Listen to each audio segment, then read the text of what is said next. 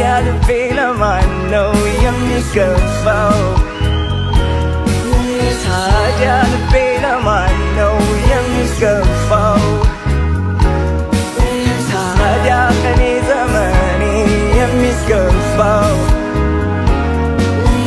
ታዲያ እኔ ለማን ነው የምገባው? ለኢየሱስ ነው፣ ለኢየሱስ ነው፣ ለኢየሱስ ነው፣ ለኢየሱስ ነው፣ ለኢየሱስ ነው፣ ለኢየሱስ ነው፣ ለኢየሱስ ነው፣ ለኢየሱስ ነው።